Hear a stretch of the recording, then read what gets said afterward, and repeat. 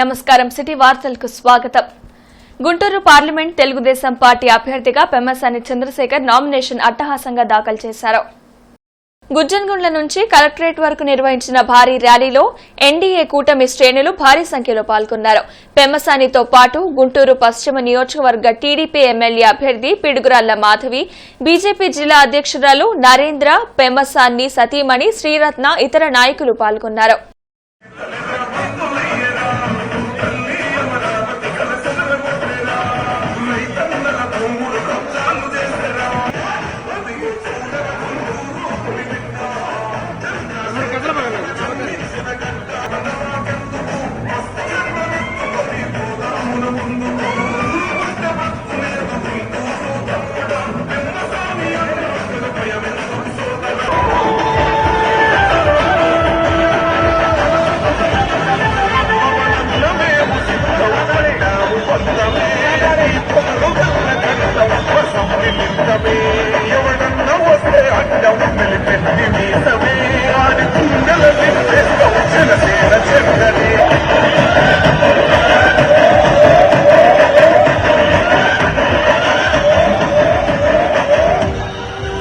పెమ్మసాని చంద్రశేఖర్ గారి నామినేషన్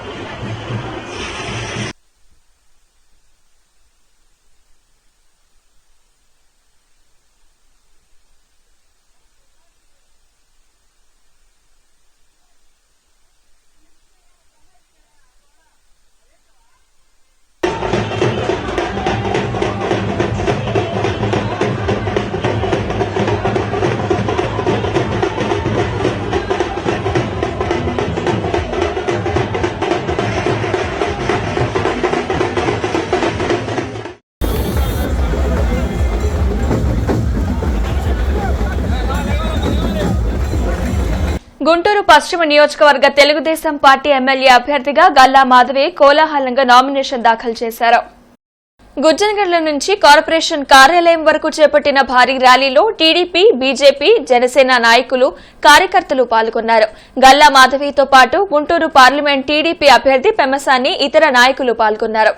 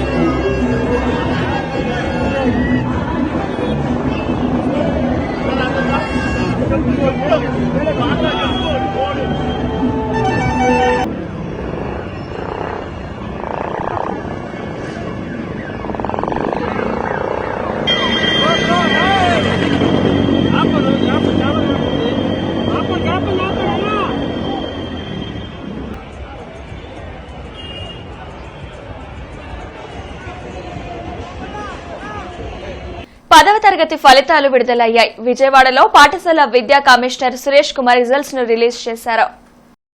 రాష్ట్ర వ్యాప్తంగా 86.69% ఉత్తీర్ణత నమోదైంది. ఫలితాల్లో బాలికలే పైచేయి సాధించారు. మే 24 నుంచి జూన్ 3 వరకు అడ్వాన్స్డ్ సప్లిమెంటరీ పరీక్షలు నిర్వహించనున్నట్లు సురేష్ కుమార్ తెలియజేశారు. ఈ నెల 23 నుంచి ఆన్లైన్లో రీవాల్యుయేషన్, రీకౌంటింగ్ దరఖాస్తులను స్వీకరించనున్నట్లు చెప్పారు. మార్కుల మెమోలను 4 రోజుల తర్వాత అధికారిక వెబ్సైట్ నుంచి డౌన్లోడ్ చేసుకునే అవకాశం కల్పిస్తున్నట్లు వివరించారు.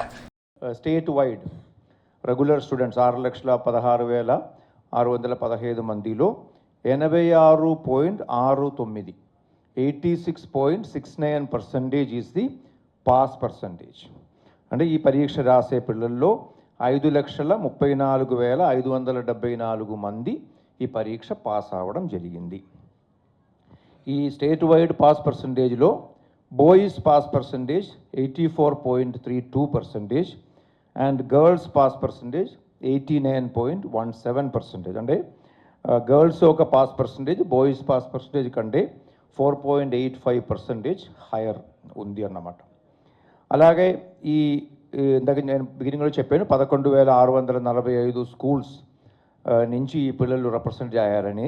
దీనిలో 2,803 స్కూల్స్లో 100% పాస్ సాధించడం కూడా జరిగింది. 17 స్కూల్స్ మాత్రమే 0% పాస్, అంటే ఒక స్టూడెంట్ కూడా పాస్ అవ్వకుండా కేవలం 17 స్కూల్స్ మాత్రమే ఉన్నాయి.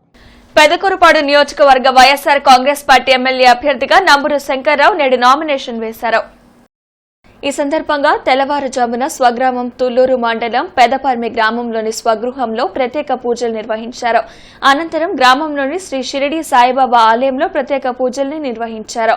స్వగృహం నుంచి పెద్దల ఆశీర్వాదం తీసుకుని సర్వమత ప్రార్థనలు నిర్వహించారు. అనంతరం కుటుంబ సభ్యులతో కలిసి నామినేషన్ దాఖలు చేసేందుకు కలిసి బయలుదేరారు.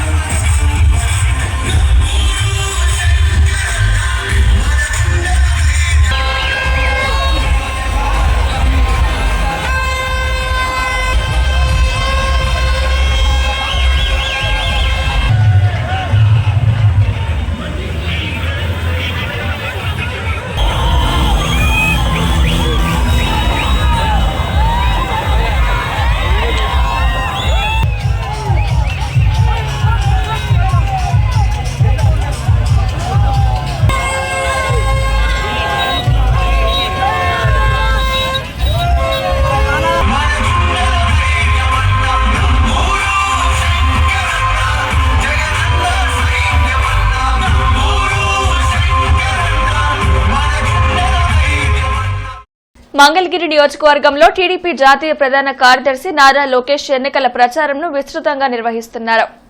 కాజాలో స్థానిక ప్రజలతో సమావేశమై సమస్యలను తెలుసుకున్నారు.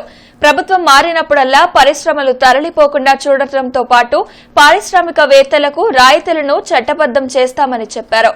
అలాగే ఎన్డీఏ కూటమి అధికారంలోకి వచ్చిన తర్వాత అదృశ్యమైన యువతల ఆచూకీ కనుక్కొని వారి కుటుంబ సభ్యులకు అప్పగిస్తామని తెలిపారు.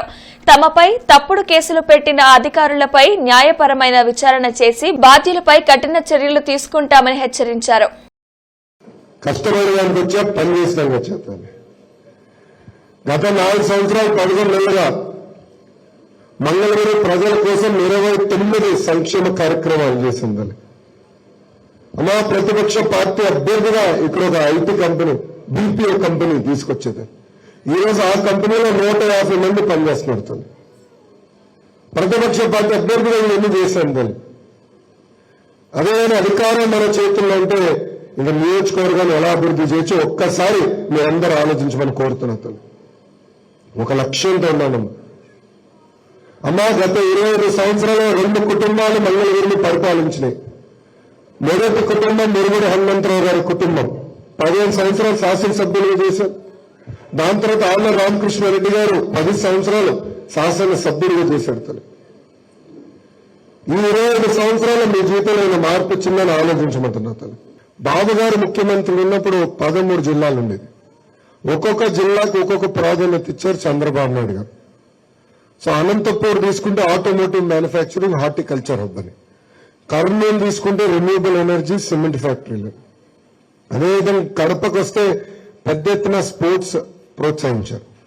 చిత్తూరు జిల్లాకు వస్తే ఎలక్ట్రానిక్స్ మ్యానుఫ్యాక్చరింగ్ అంటే టీవీలు తయారు చేస్తాం, సెల్ ఫోన్ తయారు చేసే పరిశ్రమలు తీసుకొచ్చారు. అలా ఒక్కొక్క జిల్లాకి ఒక్కొక్క ప్రాధాన్యత ఇచ్చారు. బాబు గారు బలంగా నమ్మేది ఏంటంటే ఎకో సిస్టమ్ క్రియేట్ చేయాలి. సో కేవలం ఒక కియా ఫ్యాక్టరీ తీసుకొస్తే సరిపోదు, కియాతో పాటు అనుబంధ సంస్థలను తీసుకురాలి. ఒక కియానే కాదు, రేపు టెస్లా ఇట్లా అనేక కంపెనీలు ఎందుకు అనంతపూర్ తీసుకురాకూడదు అనేది ఆ లక్ష్యంతో పనిచేశారు. గుంటూరు పార్లమెంట్ అభ్యర్థిగా పోటీ చేస్తున్న పెమ్మసాని చంద్రశేఖర్ కు శాసనసభ్యులందరికీ స్వర్ణాంధ్ర ఎంఆర్పీఎస్ మద్దతు తెలిపింది. స్వర్ణాంధ్ర ఎంఆర్పీఎస్ ఉద్యమ పోరాటం వ్యవస్థాపకులు శ్రీ యేసుబాబు మాదిక, స్వర్ణాంధ్ర ఎంఆర్పీఎస్ ఉద్యమ పోరాట గుంటూరు పల్నాడు జిల్లాల ఇన్ఛార్జ్ మక్కెన ప్రభాకర్ సంఘీభావంతో పాటు ఆయన నామినేషన్ ప్రక్రియలో పాల్గొన్నారు. ఆయన గెలుపుకు సహకరిస్తామని మీడియా పక్షాన టీడీపీ పార్టీ వారికి, అలాగే గుంటూరు పార్లమెంట్ అభ్యర్థి శ్రీ పెమ్మసాని చంద్రశేఖర్ వారి శాసనసభ్యులందరికీ గెలుపు కొరకు కృషి చేస్తామని తెలియపరిచారు. బల్లారపు శ్యామ్, జనమల సుధీర్, శ్యామల మణి, లోకమ్మ, ఈమెయిలమ్మ తదితరులు పాల్గొన్నారు.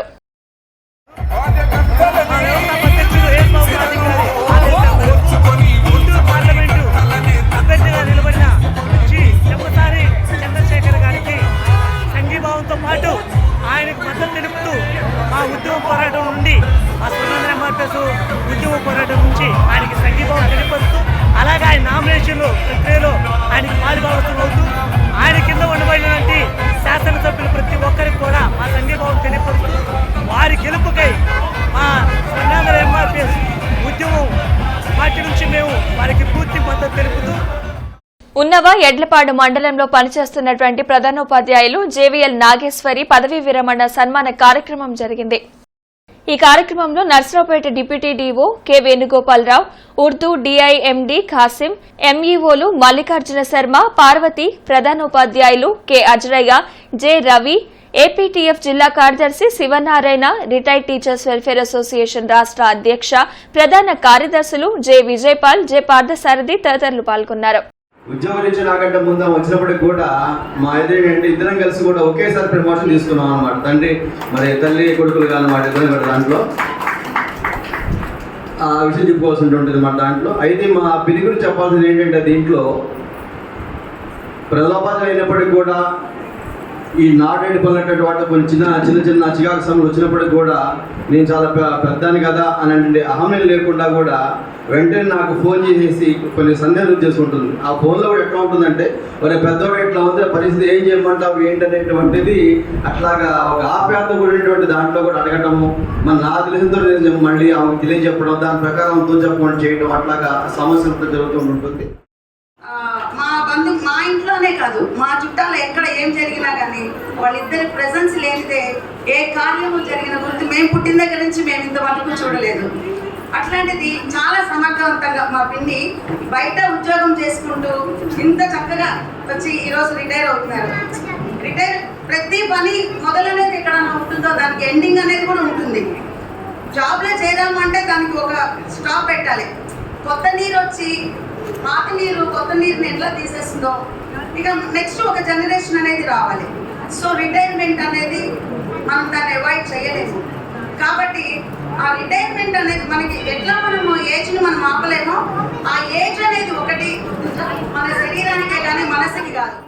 ఎన్డీఏ కూటమికి బీసీ సంఘాల మద్దతు అందిస్తామని రాష్ట్ర బీసీ నాయకులు కేసన శంకర్రావు అన్నారు. పెమ్మసాని ఆధ్వర్యంలో చంద్రబాబును ఉండవల్లిలోని ఆయన నివాసంలో మర్యాదపూర్వకంగా కలిశారు. ఈ సందర్భంగా శంకర్రావు మాట్లాడుతూ బీసీ సంఘాల సమస్యలను పరిష్కరించాలని చంద్రబాబును కోరారు. టీడీపీ అధికారంలోకి రాగానే బీసీలకు న్యాయం చేసేలా పనిచేస్తామని అన్నారు. రాష్ట్రంలోని అన్ని బీసీ సంఘాలను ఏకం చేసి త్వరలో జరగబోయే సార్వత్రిక ఎన్నికల్లో విజయం చేకూరేలా పనిచేస్తామని ఈ సందర్భంగా శంకర్రావు స్పష్టం చేశారు. ఈ కార్యక్రమంలో ఆయనతో పాటు రాష్ట్రంలోని పలువురు బీసీ సంఘం నాయకులు కూడా పాల్గొన్నారు. ఈ వార్తలతో సమాప్తం. నమస్కారం.